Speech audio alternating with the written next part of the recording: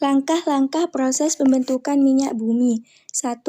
Ganggang hidup di danau tawar, juga di laut, mengumpulkan energi dari matahari dengan fotosintesa.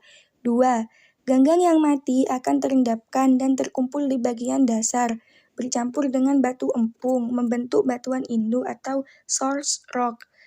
3. Source rock terkubur di bawah batuan-batuan lainnya. Proses penguburan berlangsung jutaan tahun, tertutup salah satunya oleh batuan. Karena adanya gradien geotermal, suhu batuan induk semakin panas. Terjadi proses pemasakan. 4. Source rock atau karbon terkena panas dan bereaksi dengan hidrogen membentuk hidrokarbon CH2, C2H2.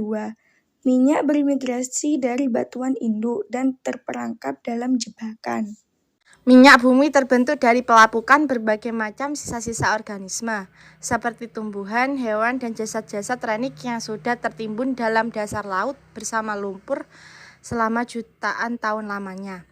Lumpur tersebut akan berubah menjadi berbagai batuan sedimen yang berpori, sedangkan sisa-sisa organisme akan bergerak ke tempat yang tekanannya rendah dan terkumpul pada sebuah daerah perangkap, yaitu batuan kedap. Gas alam, minyak, dan air akan terakumulasi sebagai deposit minyak bumi. Pada rongga bagian atas ada gas alam, sedangkan cairan minyak mengembang di atas deposit air.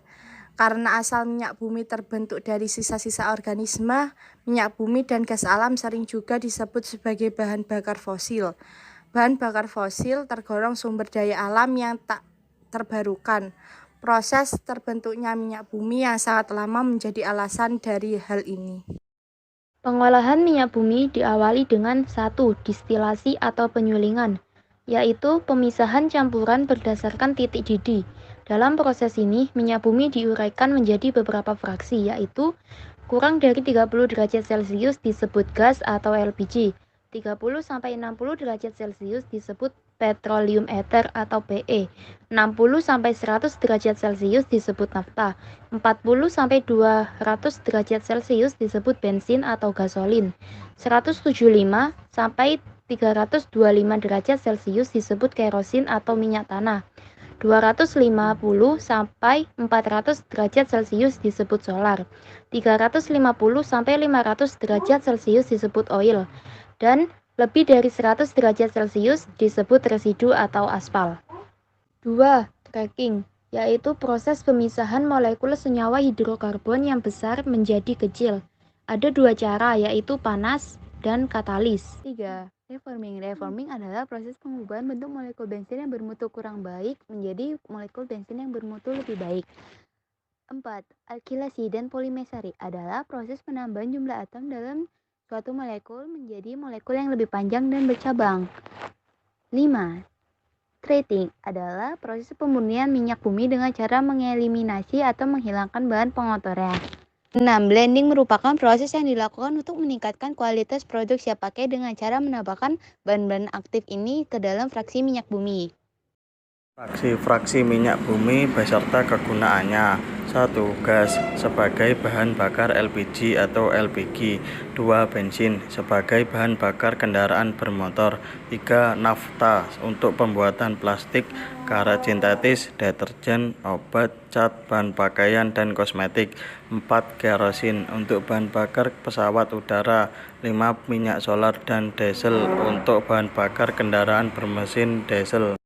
Minyak plasma jumlah atom C18 sampai C20, titik didih 300 derajat sampai 350.